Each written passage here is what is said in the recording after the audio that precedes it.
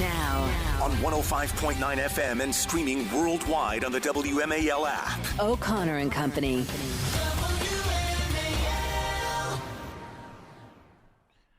5:06 on this Friday morning in your nation's capital. It's O'Connor and Company, America's morning show. Thanks for tuning in here as we wind up a very busy week and launch you into what sadly in the news world could be a very busy weekend as well, as all eyes continue on the southern border, where Joe Biden has now given Governor Greg Abbott 24 hours to comply with his demands and relinquish control of the Shelby Park crossing at Rio Grande to the federal agents. Of course, that's not what the Supreme Court ordered here in any way whatsoever. The standoff continues. 25 of our 50 states have announced that they will support Greg Abbott.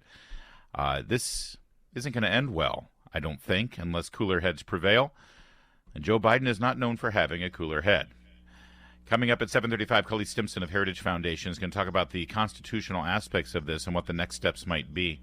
Before we talk to Cully, though, at 6:35, Ginny Gentles is going to join us on School Choice Week. And then at 7:05, State Senator Mark Peake of Virginia talk about new legislation that will give free meals to every Virginia student. I mean, every kid in a public school in Virginia will get free food, regardless of their income. Because Virginia is awash with cash, Patrice Onwuka. Happy Friday to you. Happy Friday, Larry. This border thing continues to sort of occupy a lot of my attention here because it is. I referred to it yesterday. It's not Fort Sumter, but it's Fort Sumter adjacent. Okay. It's a very similar situation here, as we see probably the most robust standoff and staring contest over states' rights and federal rights. But this has more to do with federal responsibility. That let's not forget in the background, because Democrats have compared this to the desegregation of Arkansas schools with standing in the school door, and Eisenhower calling the Arkansas State National Guard under federal authority to make sure that the schools can be integrated and all that. That listen, that's all fine. That was a righteous cause, number one, but also number two. It wasn't the federal government wasn't sitting down on their responsibility to integrate federal schools or public schools or what have you. What's at root here is the federal government neglecting their responsibility. Yes. This is the reason that the state government has called their National Guard to do this is because the federal government has not done a fundamental job. It's right there in the Constitution, in the preamble, provide for the common defense. And they're not doing that. There is a compact, a trust, an agreement between the federal government and the states. And part of that agreement is the feds will take care of protecting our border. Texas is suffering greatly. All the states are suffering because the feds refuse to do that. So this is not about slavery. This is not about school segregation. This is about the federal government not doing their job. And it's a very important issue. Well, and I think it's kind of a battleground on a larger war between Biden policies and states, and whether states feel like the government is either overreaching or, in this case, underperforming when it comes to its most basic duty.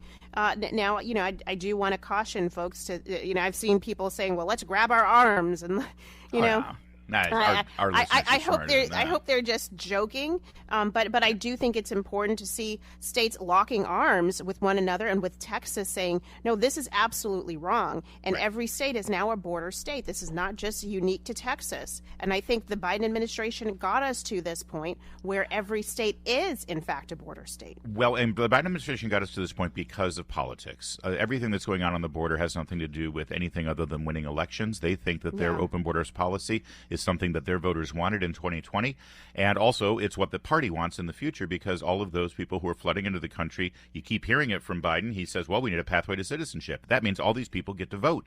Who are they going to vote for? Well, they're going to vote for the Democrats, at least for their first time. That's what statistics show, that first-time immigrants in their first election vote for Democrats. And this is an election year, and that's why people are looking for leadership on this. It's one of the reasons why Trump is doing so well in the primaries. He's going to get the nomination. And, in fact, yesterday, the Republican National Committee actually proposed an idea. Now, they withdrew it pretty quickly, but there was a resolution that was drafted at the RNC from a supporter basically saying, hey, let's just end this thing now and declare Donald Trump the nominee for the Republican Party, and let's just move on so we can save our money, save our organization. This came from David Bossie, by the way, RNC committeeman from Maryland. Recently endorsed Trump. He introduced the resolution. He immediately withdrew it after some backlash from Nikki Haley and from other people in the RNC. Yeah. It didn't end. In fact, even Trump came out on Truth Social and said, Exactly. "Yeah, no, let's not do this." David Bossie's a friend of this program. He's one of the top people with the Republican Party in the state of Maryland. He used to work in the Trump administration for a brief time. But he basically is. I listen. I understand the sentiment about this. These are dangerous times. These are critical times. The party is going to coalesce, but I don't think, Patrice, that's the way to do it. No, I think that it jumps the gun. And listen, we don't want to be like the Democrats, who are more than willing to suspend democracy and democratic processes and fair elections. We're not like the Democrats who are willing to say, "Oh, whatever" to Democratic voters in New Hampshire. We actually want I think the conservatives want every Republican voter to have their say. And so, suspending the entire process and saying, well, let's just crown President Trump the nominee. That is what the Democrats do. That is actually what they are doing with President Biden. We don't want to do that. Conservatives should be supporting the process of elections and should be supporting the nomination process. And so, I understand his sentiment, but that's exactly why it's not the right one. It's that's a brilliantly said position there, Patrice, because you're right. That's a Democrat move. Democrats are literally doing that right now, wanting to keep people from being able to vote. It's going to be Biden. Just make it Biden. Also, just logistically speaking and practically speaking, the effort to organize in a state for a candidate, the get out the vote efforts that you put forth for a primary, it's sort of a dress rehearsal for the general election. It's not good for a state party to not have a primary process. I understand everybody says how much you're saving money and you're saving effort. Yeah, but it's good to see how your get out the effort works. It's good to see where the voters are coming from. This is all data that you can use in the general election. Very valuable stuff. By the way, Nikki Haley's spokesperson went a little bit over the top on this. She said, if Ronna McDaniel wants to be helpful, she can organize a debate in South Carolina, unless she's also worried that Trump can't handle being on the stage for 90 minutes with Nikki Haley. This is the campaign spokesperson, Olivia Perez Cubas. She also said, who cares what the RNC says? We'll let millions of Republican voters across the country decide. Of course, the RNC responded and said that these resolutions don't come from Ronna McDaniel. This was not from the chair. I mean, I'm no defender of Ronna McDaniel, but to immediately jump up and say, this is Ronna, she's in the tank for Trump. Come on. That's just another misfire, I think, from the Haley Frankly, campaign. if anything, I feel like a lot of voters feel the RNC has been missing in action. They have been MIA for months and months since the last debate that was just a debacle. And so I do hope, though, that the RNC is very busy working on its get out the vote efforts in registering new voters. I do think that there are other individuals and groups that are doing probably far more. But hey, everything counts at this point. Conservatives need to be ensuring that they're persuading and registering, and then when the time comes, our local son, Scott Pressler of Northern Virginia, is doing more to register people than the RNC can dream of. Donald Trump went to Truth Social and said, while I greatly appreciate the RNC wanting to make me their presumptive nominee, and while they have far more votes than necessary to do it, I feel for the sake of party unity that they should not go forward with this plan, but that I should do it the old-fashioned way and finish the process off at the ballot box. So he wants to unite the party through getting all the votes. So that's two quick things on that. Number one, a dictator would not do that, say that. And number two, that gives us hope that he does plan to have language that and really welcomes the Nikki voters. If things get there, I'm going to keep the door open. but his goal is unification, and that is important to hear. Yeah, quick cut to Morning Joe this morning saying, see, they set this up so that he can pretend that he's not a dictator. That's just what they want you to think. It's 5:15, WMAL. WMAL. Making sense of the news. Live from the Home Paramount Pest Control Studios. Home Paramount, the leader in pest control since 1939. WMAL, making sense of the vote because elections have consequences. Download the WMAL app to stream us for free. Now, Patrice Onwuka is here with us this morning, and thank God, because you can help us with this. Mm-hmm. There have been a huge number of layoffs, hundreds of layoffs for journalists, reporters at the Los Angeles Times. Los Angeles Times is underwater, hasn't made much money at all in years. They're laying off at least 115 staffers this week, could be even bigger, actually. And I'm seeing on social media people lamenting this, saying this is terrible, this is horrible. In fact, Michelle Yee-Hee Lee, that's Michelle Yee-Hee Lee's name. It's an elaborate long name, isn't it? She's with the Washington Post. She said an estimated 2,681 news industry jobs were lost through the end of November 23, more than in the full years of 21 and 22. So just in 1 year last year, the news industry lost 2,600. Here's why I need your expertise, because you got a degree in economics and all this stuff. These media outlets, news agencies, they're the ones who are laying people off, 2,600 people, right? But when I read the Los Angeles Times, when I read the Washington Post, when I see these news outlets like CNN, they keep telling me that the Biden economy is fantastic. They tell me that Bidenomics is working, that they have completely transformed this economy to a brand new green economy, and it's the way of the future. They sold me on this great economic theory and philosophy. So how is it possible that under this great Joe Biden economy, the news industry has lost 2,681 jobs, including the over 100 jobs at the LA Times, and I should feel sorry for them?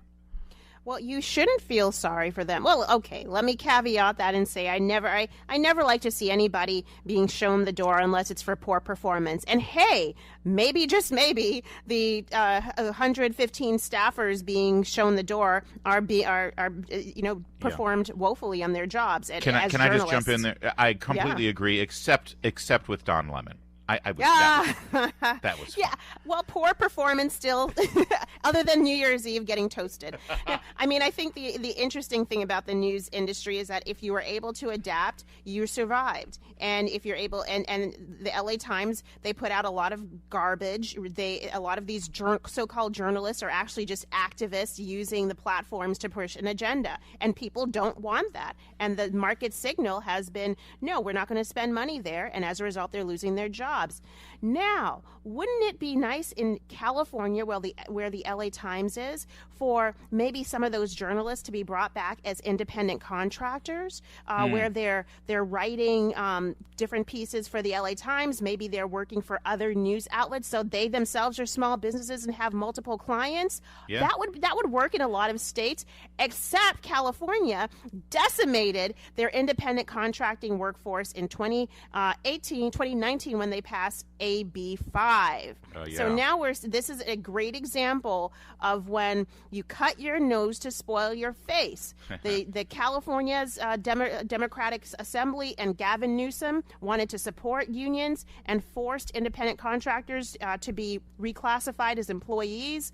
People lost their jobs and incomes, as we talk about at Independent Women's Forum, and now this is the result. Yeah, that's a great point, which, by the way, is very relevant right now because Biden is trying to push that through on a national level through his Department of Labor. So independent contracting would disappear completely. Also, by the way, a lot of people reacting to this story, used the old Obama, Hillary Clinton line. Hey, why don't you just learn to code? It's a new economy, man, and you got it right. And Chris Cillizza, a journalist at CNN, got really upset. He said, "I am so sick of this. Nobody said learn to code back then. No, it's a lie. The right wing just says it's a lie." Here's Joe Biden when he was vice president, running for president. Actually, excuse me. This is when he was running for president, and he was talking about how coal miners were losing work because of all of the climate change stuff. Here's what Joe Biden said to those coal miners. Anybody who could go down 300 to 3,000 feet in the mine sure and hell can learn how to program as well. Give me a break. Anybody who can throw coal into a furnace can learn how to program for. There you go. Hey, you lost your job There at the you coal go. mine, but you can learn to Go program. code. So all those news reporters, all those journalists with those really, really expensive and valuable journalism degrees that they got from Northwestern or USC or Columbia. Listen, I know it's terrible. It's rough, but be like a coal miner and learn to code. It's 5:23. By the way, it looks like New York is going to be facing some trouble with their newspaper, New York Daily News. I mean, they got several newspapers there, but New York Daily News Union has gone on strike at a time when 2,600 jobs in the last year in the news industry has gone down. They just lost 115 jobs in L.A., but that's okay. In New York, they know what they're doing. They're the fine. New York Daily News, they are going on strike, but they were joined on the picket line, Patrice, Onwuka. Okay, by who? Oh, great. When you're out By there who? and your union needs support, who better to have on your side than a recently indicted manslaughter? What's the correct word? A man who was recently indicted for manslaughter. Alec Baldwin joined them on the picket line. Here he is. Is this part No of his? instrument in this city covers the city as well as the Daily News. It's imperative we have a paper like that covers the city because everything's on such shaky ground. They're going broke. They've got no money. All the retail. By the way, closing. here's on this precipice. Here's where Alec something Baldwin. That's dire enough. may That's happen. good. Let's kill it. That's Alec Baldwin throwing the New York Times under the bus there, by the way. You know, he's Is Mr. this part of his publicity tour? His win the public's pity vote? I Yeah. mean, what is this? I hate what to is break he it to him, doing? but the jury's going to be drawn from Santa Fe, New Mexico, not from Manhattan. Exactly. But yeah, he's saying nobody covers this city like the New York Daily News, and everyone at the New York Times, all the liberal intellectuals are like, "Hey, man, I'm sitting right here. What are you doing? What are you Well, throwing me under the listen, bus for?"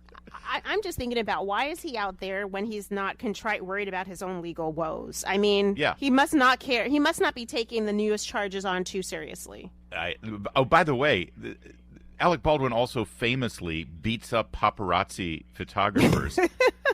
Oh my goodness! You know, whose pictures end up in the New York Daily News. All of this is beyond hypocritical, but you know, you got to do what you got to do when you're facing murder charges. Coming up, you're going to hear a Democrat governor talking to a potato next. WMAL-FM, Woodbridge, Washington, a Cumulus media station. Making sense of the news. News Talk 105.9. News now. On 105.9 FM and streaming worldwide on the WMAL app. O'Connor and Company. It's 5:36 Friday morning, and we're chugging along here. Yes, we're continuing to monitor the situation on the border as Joe Biden has given Greg Abbott just 24 hours to acquiesce to his demands with regard to the Texas National Guard and the Rio Grande crazy. razor wire border situation. We'll see what develops there, and we'll talk about it with Cully Stimson, Heritage Foundation, at 7:35. First at 6:35, Jenny Gentles of IWF will join us about School Choice Week, and then at 7:05, State Senator from Virginia, Mark Peake, about a new plan. Guess what party is proposing this? Free meals at Virginia schools for all Virginia students. Even the rich ones. Everybody gets free food in Virginia. That's Yeah, the that's- Democrat that's- idea. Yes, Yeah. it is. All right, we turn now to Gretchen. Now, we learned this week from our friend Charlie Spearing, who's got a brand new book about Kamala Harris. It's called Amateur Hour. It's a great book. One of the revelations in that book, we all knew that Joe Biden and especially Jill Biden hated Kamala Harris during the primary and caucus process of Yes. 2020. Kamala Harris, of course, accused Joe Biden of being a racist segregationist who was against busing back when she was a little girl in Brooklyn. For Remember little that girls little like her. that little Yes. girl was me. Remember Yep. that whole thing? I remember that line. And then suddenly she's the vice president. Well, it turns out the revelation in the book is that Joe Biden's first choice was Gretchen Whitmer. Gretchen Whitmer, the governor of Michigan, Gretchen Whitmer, who after watching her behavior during the COVID-19 pandemic, Joe Biden judged her and said, yeah, she's the one. I want her a heartbeat She's the away from the anointed presidency. one. Well, Yes. and let's not forget, though, she has deep ties to the unions, and President Biden is all about being the biggest union boss in history. So that doesn't surprise me. Fair to say. It's also just a raw political calculation. Joe Biden needed Michigan. He thought that getting her on the ticket would win Michigan. California didn't do much for him. You know, stuff like that. All right. So Gretchen Whitmer, she announced earlier this week a new plan. Again, Democrats love spending your money. This one is for 2 free years of community college for all high school graduates. Graduate high school, you get free 2 years of community college, which, by the way, I'm not against that idea necessarily if a state has the money. I don't think Michigan has that money. I would much rather that 2 free years of trade school. You know what Michigan could use? More mechanics, more plumbers, more people that, they're losing manufacturing jobs in Michigan. And it's not because people who work on the automobile manufacturing line don't have college degrees, right? That said, this is the kind of thing that liberals love. Gretchen Whitmer announced this plan to give 2 free years of college by interviewing on video a potato. Wait, what? A what? A potato. You're joking, right? Technically, it was called Professor Potato. It was a potato that basically served as a puppet of sorts. You know what? I'll let you. When I teased this before we went to the news, and I said, coming up, Gretchen Whitmer has a conversation with a potato, I bet you thought I was talking about Joe Biden.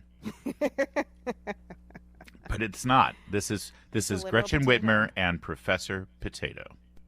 Hey, Governor Whitmer, how's it going? Hi, Professor Potato. I wanted to share some Yukon Gold news with you, my best spud. What is it?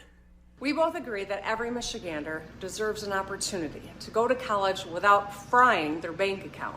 This year, we will work together to make the first 2 years of community college tuition-free for every high school graduate. That's right, Professor. Michiganders will save an average of I can't. I respect and love the people who listen to this program too much to let that go on any further. I'm sorry. So I encourage folks, go watch the video because it is as crazy as you think it is. Somebody was eating too many brownies, green brownies, when they came up with this nutty idea of having her interview a potato with like eyes and a mouth. And it's weird. Remember those 70s TV shows, HR Puffin Snuff? It was all about these, just like you ate some shrooms and then you had some really crazy dreams where you're dancing with potatoes and you're talking with live mushrooms. This is what it's like. Sounds like you and I had the same wrong. 1990s there. Sounds like we shared the same decade. Yeah, this is not good. And also, by the way, when you're promoting getting a advanced degree or higher education or expanding your education with 2 new years in college, maybe you shouldn't sound like an ignorant fool that barely made it out of 6th grade. I'm talking to a potato. This is supposed to appeal to people getting a college education, and the people who would enjoy her talking to a potato like she's the host of Romper Room. I'm sorry. Oh, that's another good reference. But by the way, that wasn't even the most cringy thing Gretchen Whitmer did this week. She put out a social media post promoting her State of the State address, and she recreated the back of Taylor Swift's 1989 album. Where it says, 1989, it's got the picture with the seagulls and everything, and then it says Taylor's version, and then it's got the songs on all the tracks. Well, for her speech, it said 1989, Gretchen's version, and then it had all of the bullet points that she was going to be referring to in her speech. It's embarrassing. It's reaching. It's what the young people call thirsty. This is an example of somebody who's really trying so hard to reach out to these demographics, except the way you view these demographics is though it's insulting. Like, she thinks that people who want 2-year college they have the intellect of a 4-year-old, and people who want to know more about her policies who are younger, they only filter life and news through Taylor Swift. I mean, come on now. I'd give young people more credit than that. Democrats. Our friend Jen Van Laar, the managing editor at Red State, says, "What the hell? I'm so sorry you have a teenage governor, Michigan." But I think our friend Mark Hemingway summed it up best. He said, "Everyone involved in this tweet, straight to Gitmo." And I think that's actually rather lenient. It's 5:43. Well, we gave you a little bit of the economic picture from my perspective here because I'm still so confused. CNN Business late last night, news industry off to brutal 2024 start as mass layoffs devastate publishers, raising questions about the future of journalism.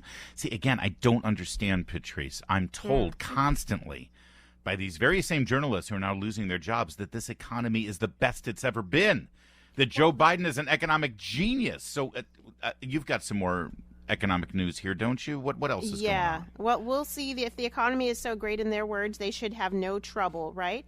Yeah. Yesterday, we found out, according to new government data, that the economy grew at a pace of 3.3% in the last 3 months of last year, so from October to December. And the prior 3 months during the summertime, the economy really hit a robust 4.9%. So I already talked to folks. I already talked to you guys before. We saw a summer bump. It was Barbie spending, Taylor Swift tickets, Beyonce tickets. That was that kind of spending. Last quarter, two things were driving spending. Consumers were spending on dining out and eating, and they were and recreational good, as well as non-durable goods like meds, pharmaceuticals. So it could be people, boosting their medicine cabinets with new medicines. Interesting spending, but also so people government. are depressed that the economy is so bad, and so they're going out and they're getting just their popping pills. antidepressants and which, by the way, because of the expansion of Medicare programs and prescription drugs, if the pharmaceutical companies have been growing, that means a lot of that money is really government money, isn't it? Or subsidize your insurance programs. Yeah. Which is the expansion of our welfare program. So, it's not so much federal spending on defense and military spending. We're not stockpiling our military like we should be. That is really just on government programs. And we've seen a lot of government programs, not just welfare programs, but the number of people who have access to them, which tells me that a lot of people are able to get housing vouchers, get food stamps more than they were before. And who is that coming out of? That's coming out of the government budget, and that's coming out of taxpayer dollars. Well, and there's also some economic indicators here with regard to housing in America. We already know that the real estate market is absolutely upside down right now compared to under President Trump, not only because of mortgage interest rates that have been spiking because of the out-of-control government spending. And just so you know, that when Biden came in and kept spending and spending and spending and spending, that then drives inflation up. The Federal Reserve, to try to offset inflation, increases the prime rate. Yeah. That affects your mortgage rates, and that's why instead of a 3% mortgage, you're looking at an 8% mortgage right now. And it's happened very quickly, just in 2 years. So, of course, the real estate market is in a very tough spot. It's frozen. So people assume, Patrice, that means the rental market is very strong. And it is if you're a landlord. But we already know most Americans can't afford their first home now. Yeah. But it turns out that if they have to rent because they can't afford to own, their rent is going through the roof. During the pandemic, half of U.S. renters paid more than 30% of their income on rent and utilities. And half of those people were cost burden, paying more than 50% of their income. Now, those numbers have actually increased. Average rents are actually up right now. So it hasn't gotten any better. Yeah. You'd think that the rent market would actually offset the real estate market. It hasn't. It's gone along with it. You have more people who are looking, because they cannot buy for their own homes, the first-time home buyers, they're renting for longer, and they're seeing that. And as landlords out there, they have seen increases in all of the services to maintain their properties, to provide utilities. They pass that on in higher rent. So it's not surprising. What's interesting, what stood out to me here, this unaffordability is hitting households making $30,000 to $75,000. That is that towards that upper reach is like the median income. Yeah. Traditional families, maybe not in this area, which tends to have high-paying government jobs, but in a lot of parts of America, $75,000 is a two-parent household. Imagine you are being squeezed by rental prices, and that means you can't save for that down payment for a house when interest rates eventually fall.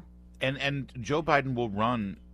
If he talks about the economy, he will lie about it, as he always does, and he will claim that he's the one looking out for exactly those people, the people who are making $75,000 and under. He will claim that conservatives, what they like to call trickle-down policies, actually hurt them, and they need Democrats to come in and help them.